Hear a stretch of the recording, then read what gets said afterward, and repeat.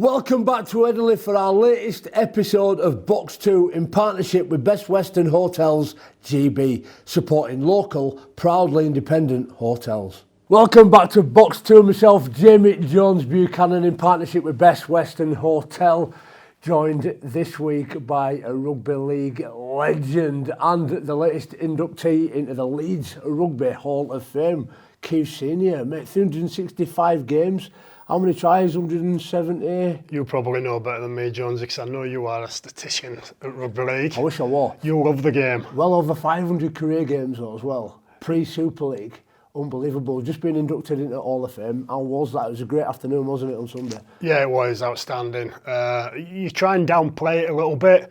I had a little bit of an inkling because I had a bit of a tough evening. I had a mud run with my missus the night before, so we were running through the night, and she told me on Saturday, she said, because I'd been invited to the Hall of Fame, and I said I couldn't do it because I had this run and I wasn't going to be up for it the next day. And she told me Saturday, she said, we have to go to Headingley Sunday. So it didn't take much working out. The reason why, so it was either I was getting it or I was hopefully or giving it to somebody else. So I was very hopeful that it was coming, so you downplay it a little bit, but then when you get up on that stage, the emotion sort of like set in, and the realisation, and it's as we know, it's a team sport. It's always about the team, but it is really, really nice to get them individual honours, you know. So to get it, Kevin Dick stole the show, didn't he? He stole the show, did Kevin Dick? Kevin Dick. Absolutely outstanding. You know, his emotion epitomised what it is to get that award, you know, for an outstanding achievement. So yeah, real honoured to join the other 27 inductees. Unbelievable stories. The little stories and the intricacies that you hear about and learn. Kevin Dick was upset about a Parker Pen award that he won for a man at match prize way back when. He must have got a Parker Pen, and lads these days got Tissot watches. Well, certainly back in our day, they don't get out like that. iPods. People used to get iPods. Do you remember back then? We used to get some good stuff. Yeah, some of the sponsors were quite good. The Tissot watches were the best, I think. Yeah. I believe, and they made good prizes for my testimonial when I had one. So always nice to. Everybody must have a piece of Keith Senior memorabilia. I used to sell it on eBay. And unwashed as well. You got more money for it if it wasn't washed, didn't you? We're getting cheeky now, aren't we? Horrible. Yeah. That were just socks. Now we're not going around the other region. It was socks that I used to sell unwashed. Yeah. Never got told why. Never got asked. But yeah, one day. I used to sell international socks and stuff like that. Sort of like started the market for selling memorabilia. A lot of people followed on from me, I'd like to say. So it wasn't just me.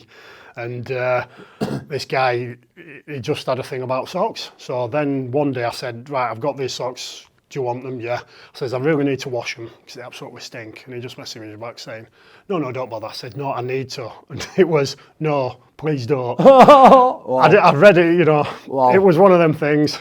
Send them on. Do what you want. I don't care.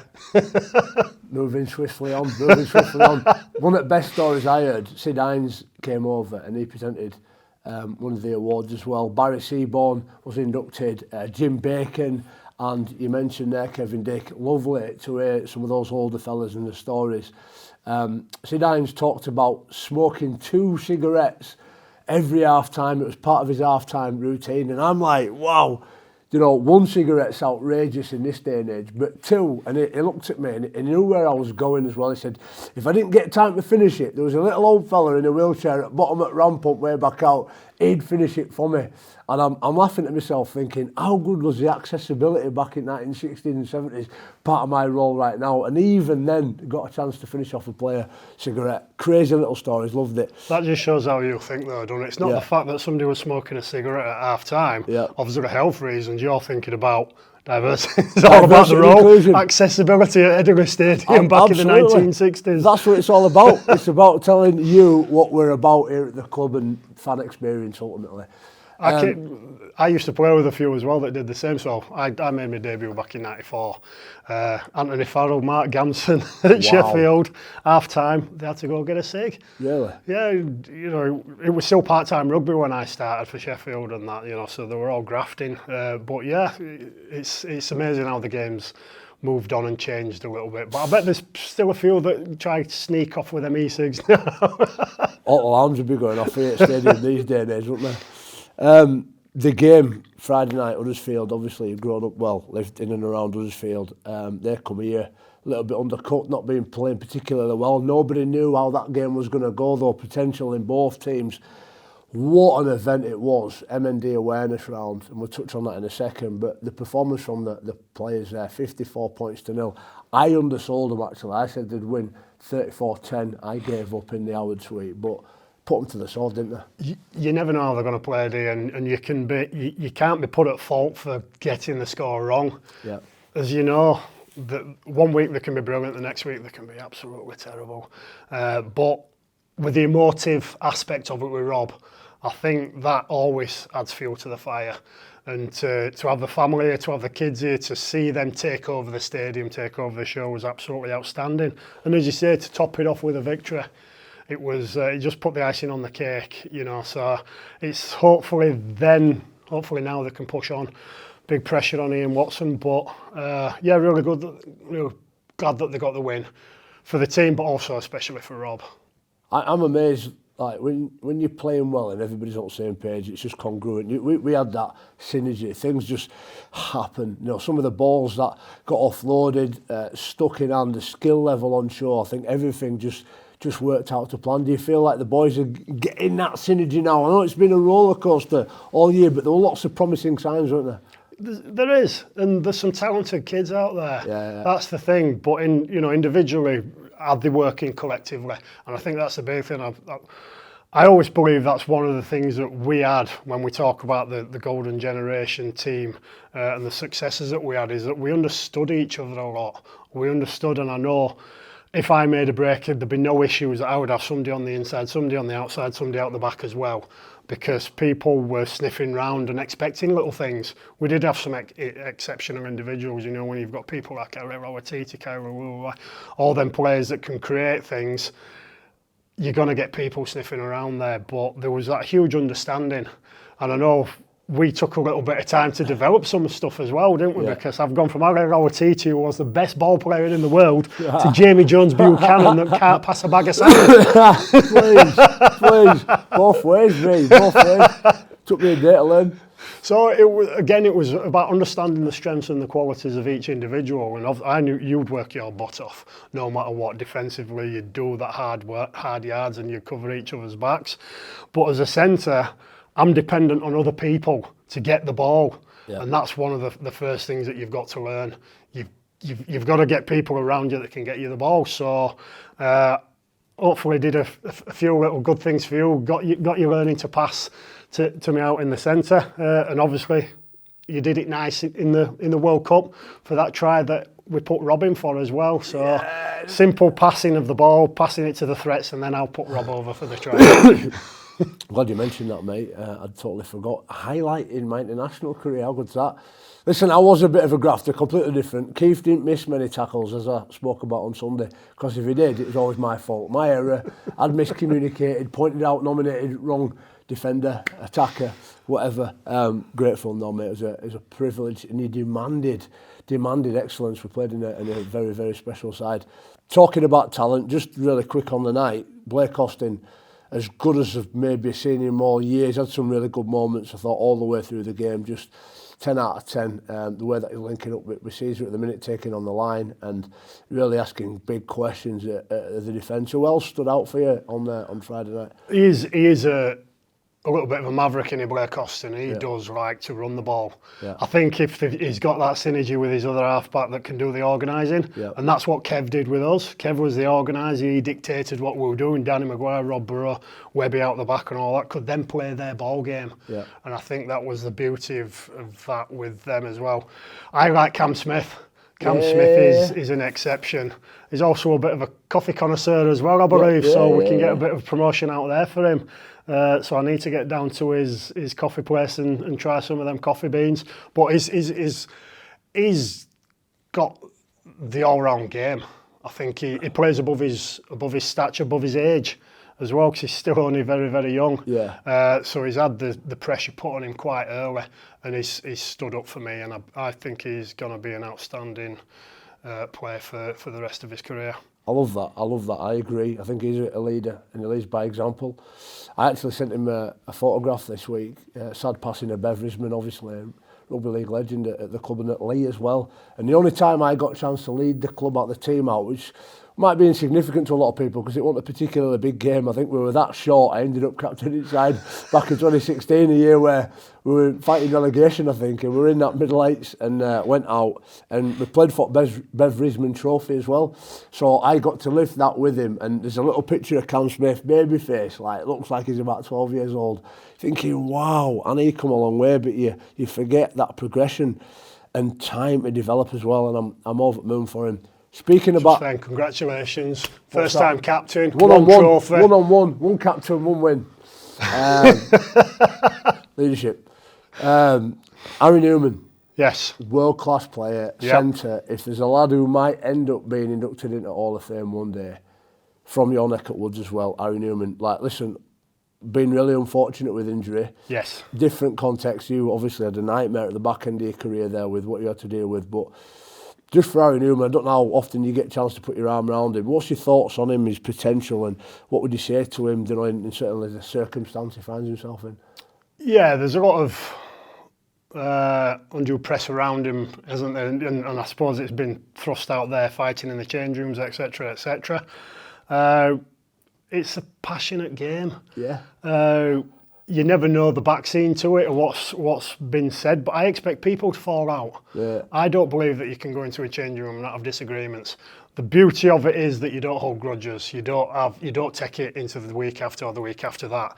Me and you could punch each other in the face, but then afterwards, that'll be it. We'd shake hands and say, right, let's get on and let's get doing his job again, because we've got that respect for each other. So I expect people to fall out. I'd be disappointed if people didn't, because of the environment. It's a highly emotive environment and people are going to clash. Potential for his playing ability is absolutely outstanding. He has got everything. He's a Ferrari. He's very highly tuned, and I think that's why he might be getting so many injuries, because he is so highly tuned as well. He's got speed, agility. He's got ability with the ball. He's got offload, and he's one of the ultimate players. So there's no doubt that he's going to be a brilliant player if he can stay injury free and if he can sort them little elements of his game out. He's competitive. He competes.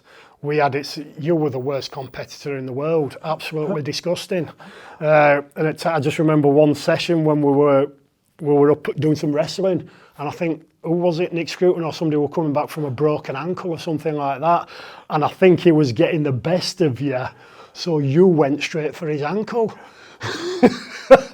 Take advantage, man. Take advantage. Some people could take that a little bit personally, but it was right, you've done it, let's get on with it, let's crack on and let's get on with the job in hand. Amen to that. Because of the mutual respect there as well. There was competitive. The tide rises, mate. Hot boats go with it. You've got to find a win somewhere. If you're not cheating, you're not trying. I never quite had the courage to eat Keith back, though, by the way. Just to go, dink, thanks Keith. Let's crack on, let's move on.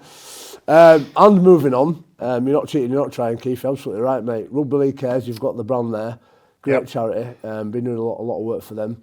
Just give us a bit of an insight into that sort of benevolence and what your role is there. Because being an angry man on the pitch, post-career, we all wondered what you might end up doing, and that might have been one of the last things that we might have assumed. But what do you get up to? Yeah, I'm very fortunate after my career to be able to still be involved in the game, and I owe a lot to Leeds Rhinos Foundation. Yeah. I ended up retiring, spent a bit of time away from the game, then ended up working for the Leeds Rhinos Foundation, working with Rugby League Cares a little bit of part-time, in a good period of my life as well, because I had my little girl and my partner, she went back to work, so I spent a little bit of time at home with her while she went back to work. So that was a really good period of my life to be able to enjoy Jessica growing up through the early baby stages, which I missed a fair bit with the rugby for my first daughter Saskia,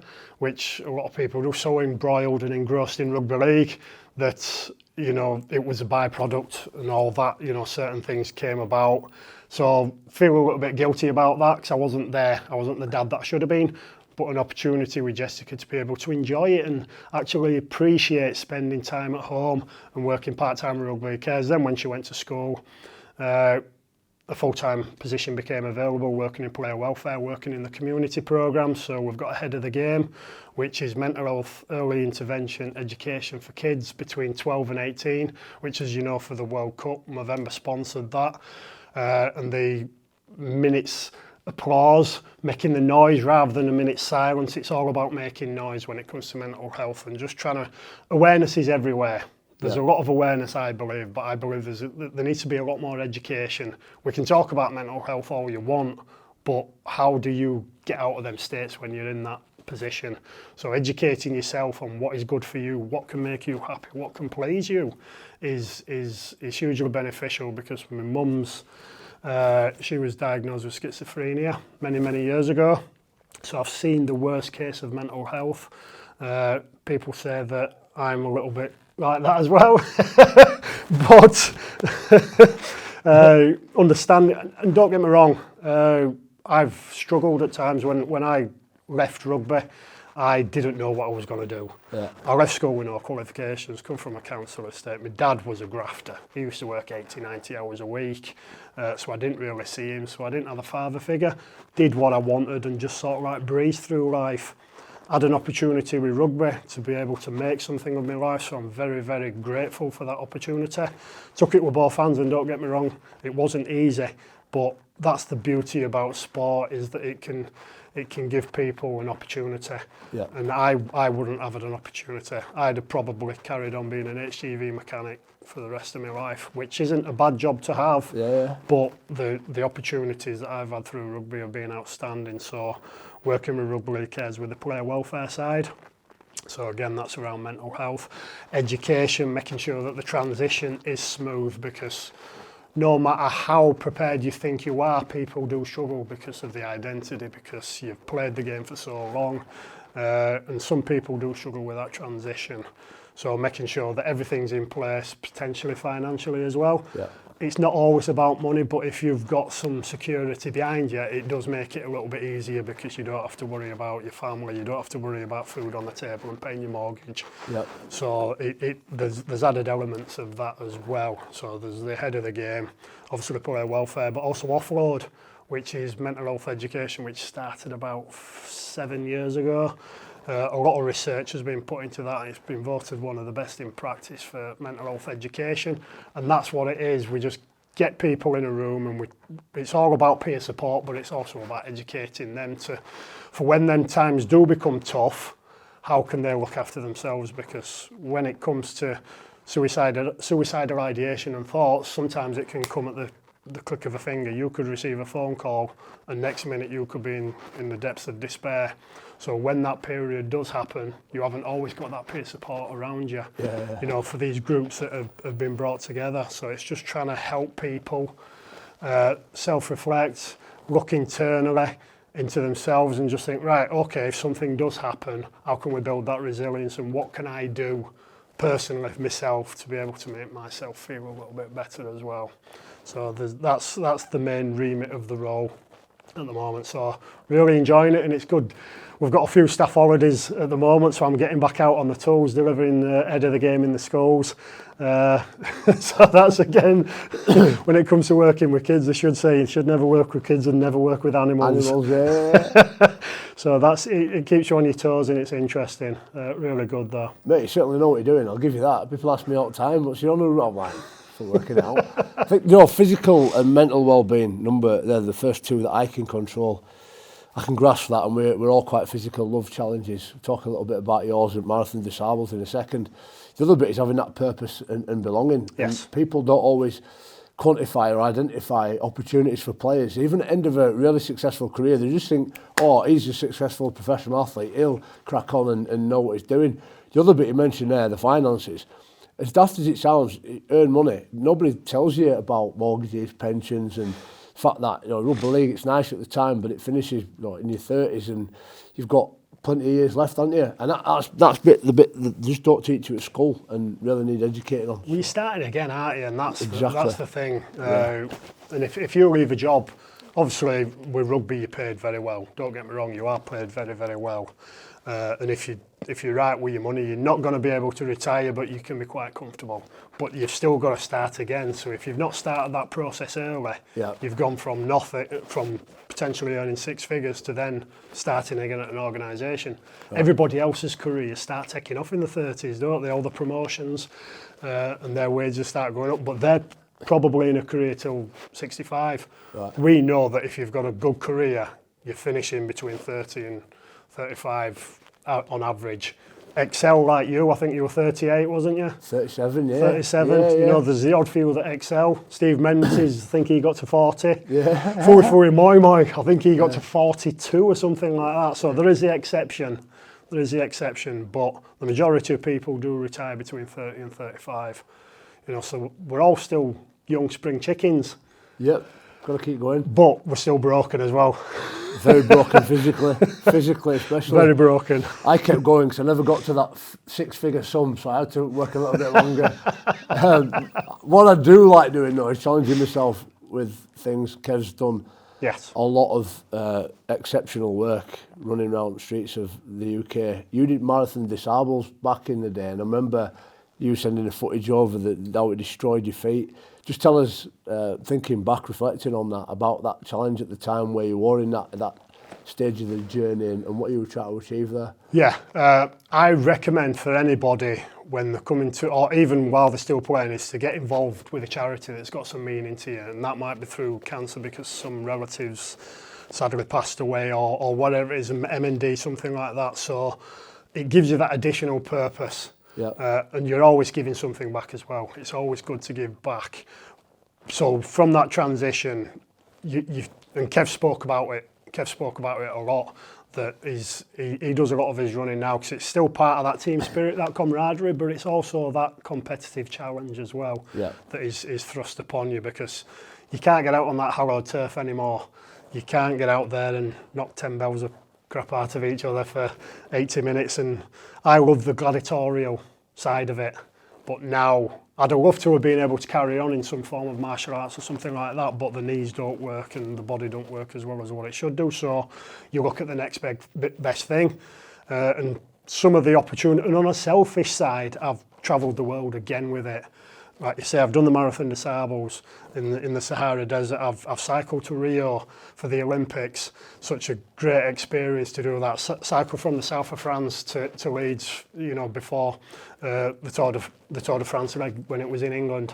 So I've had the opportunity to still experience a lot of things that people don't. You know, so on a selfish side of things, there's nothing more enlightening than cycling down the east coast of Brazil and some of the shanty towns and the favelas and the poor, you know, how people live, and you don't see that on holiday. You go to the big cities, you go to Rio, you go to them types of areas, you know, so seeing them sights, it's really enriching, and it puts life into perspective at times, because some of these people live in a shed. Literally do live in a shed, and they're outside every morning sweeping up the leaves and tidying their little house up. That's all they know, but they've taken great pride in that as well. You know, so it puts life into perspective as well at times. Wasn't that scary, that, in Brazil? Like, it's pretty dangerous, that, isn't it? The bigger cities are the worst because of the gang culture. You know, so you get to the you know, the poor side and see all the shanty towns, and that it's people just getting on with what they do. Right. It's not that intimidating. It's like I say, when you get to the big cities and the big towns, that's when there's a bit of a gang culture. Everybody else is just getting on with their lives and just doing what they can to survive. You know, so it isn't that intimidating. It was quite nice at times, because people coming up to you, talking to you, you know, just asking what you're doing and little things like that. Sure, yeah. First time you go to Papua New Guinea, it was a very. I went back in '96. It was an eye opener, but there was that engrossed in you as a person, as a rugby player, that literally they just wanted to come up to you and talk to you and touch you. Yeah.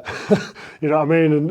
And you go for a walk out into the town and back to the hotel, there'll be thousands of people following you. Not because they wanted to do anything, but they were just that interested because they put you on a pedestal.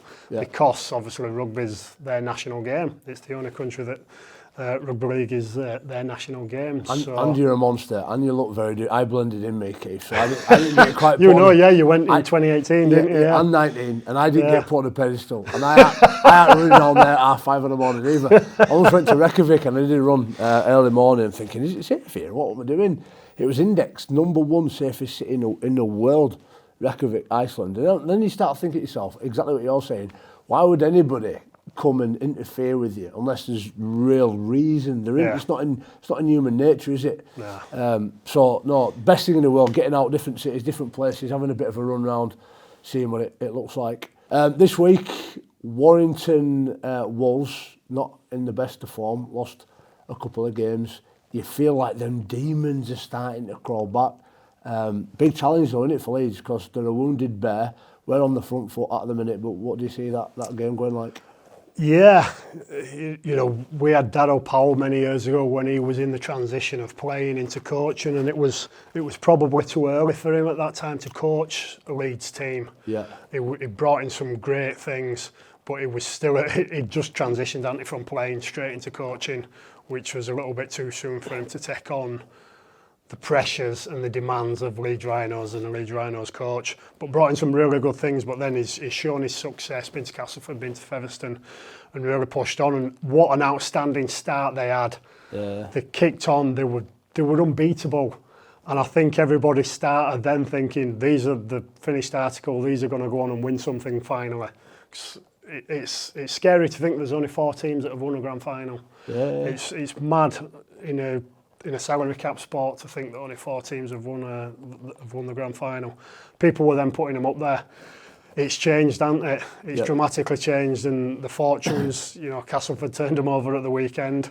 Castleford, they beat Leeds twice. Now they've only had 4 wins. To beat Warrington's a big coup for them. So they are very, very wounded.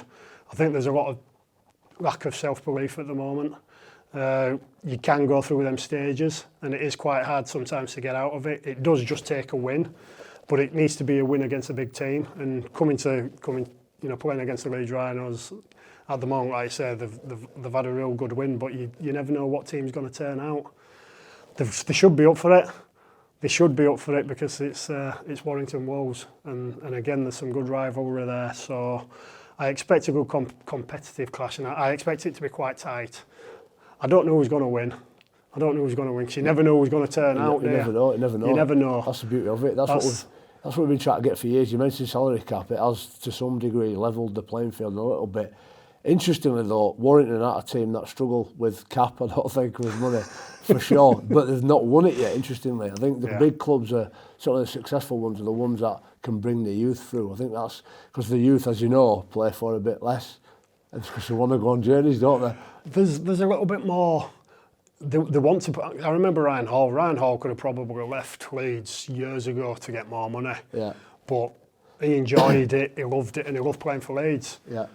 He had an opportunity to go to Australia, which is a different kettle of fish. You'd never say that. I think if another club came in for him at that time, I don't think he'd have gone because it were Australia. Because he wanted to play for the club, and you bleed blue and amber. You'd have played for nothing. I know you would. Tracksuit. Hey, it's all about kit day. It's all about stash day. It's amazing what stash does cheer you up. But there were players out there that come through the system for a long time, and they wanted. I think Gary took advantage of that as well. He wasn't daft. Smart. He wasn't daft, wasn't Gary? He took advantage of that, but we'll call it smart. They wanted to play for the club. Yep. They wanted to play for the club. They were here for the right reasons, and people came in, and people went. If they didn't fit into that structure, into that system. Fortunately, somehow I managed to fit in. I don't know how. Yeah, you're too good, Keith, too good. We'll put it down to the playing ability then. Couldn't get shut up by that attitude here. It was just too good. It's yin and yang. You've got to have positive and negative, and they balance each other out. Yeah. Yeah, so, you can't call it. No. You know better than me. You're following. I tend not to see as many games as what I should do because still coaching with Sheffield, we train on a Friday nights when the games are on, so I don't get to see as many as I do. Still get to see quite a few because of the Man of Steel voting, which is good. So I get the game sent through so I can still keep up with Super League a little bit. But yeah, you just never know who's going to turn out on that day. Lots going on this weekend. Under 16s playing Thursday at Stanley, 7 p.m. kick-off against Wakefield. Our 18s are back over at Warrington, Victoria Park, 12 noon kick-off there. Still undergoing the trials, tackling underneath the armpit, Keith, to try and limit exposure, head knocks. Good thing? It's a trial, isn't it? It's a trial basis, and if it can reduce the concussion rate, I think it is a good thing. So that's the thing that people need to remember, is the fact that it is a trial and they're trying what they can to make the game safer. Outstanding. And our women, having won the nines at the weekend, got victorious there. Some big teams as well, beating York Valkyrie and St Helens in that competition. They're back in action over at Warrington Sunday, Victoria Park at 2 p.m. Well, with your coaching head on and rugby league knowledge, punditry if you like, just give us a bit of hope then as Leeds fans. We made the grand final last year. Have you seen enough potential at least in the team to think, well, actually, Saints got beat on the weekend, Lee got beat on the weekend, Warrington lost on the weekend.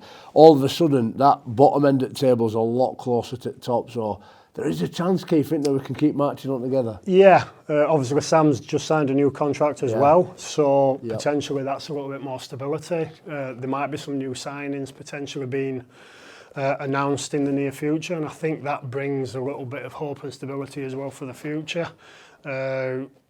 And there's always a chance. You never write off the Rhinos there. Never write off. Never write off. They say that about Saints, but we'll nick that tag first. We'll nick it back. Well, get yourself across to Halliwell Jones Stadium, get behind the boys. Hopefully they can keep marching on together and performing like they did against Huddersfield Giants. Big thanks to Keith Senior. Thanks, mate, as always. Always a pleasure. Love you to bits, and hope to see you all very soon. Have a great week.